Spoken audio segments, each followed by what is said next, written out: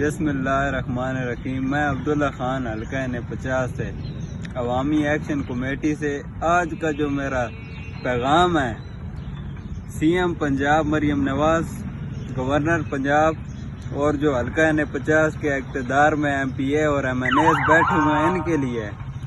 میرے حلقے کے حالات آپ دیکھ سکتے ہیں۔ آپ کا اقتدار میں بیٹھنے کا کیا فائدہ ہے؟ میرے حلقے کے لوگ 80% اس میں کمزور اور غریب لوگ رہ رہے ہیں، وہ آتے ہیں اسلام آباد علاج کے لیے۔ ہمارے اور قبائلیوں میں کیا فرق ہے؟ پھر پنجاب میں چیف منسٹر کہتی ہے کہ ہر جگہ پنجاب میں کام ہو رہا ہے، میرے علاقے میں کیوں نہیں ہو رہا ابھی تک؟ میرے علاقے کے آپ حالات دیکھے جا کے، نہ اسپتال ہے، نہ ریسکیو کی سہولت موجود ہے۔ ہزاروں لوگ جو رہ رہے ہیں وہ کدھر جائیں؟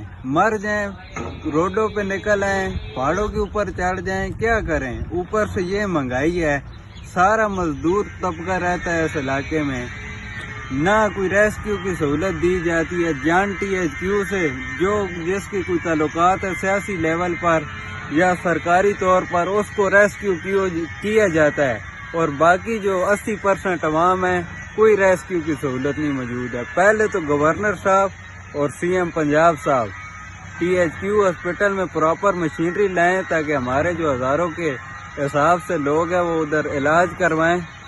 دوسری بات، جو پچھلے 30 سال سے اقتدار میں لوگ آ جا رہے ہیں، ان کی آپ زندگی پہلے کیسی تھی سیاست سے آنے کی، اور اب دیکھیں، کیونکہ یہ صرف اپنے مفاد پہ کام کرتے ہیں، عوام کے مفاد کے اوپر ان کی بالکل نظر نہیں ہے۔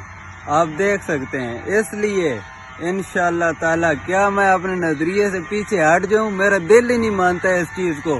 جب تک یہ مسائل حل نہیں ہوں گے، میں ان کے خلاف انشاءاللہ تعالی کھڑا رہوں گا۔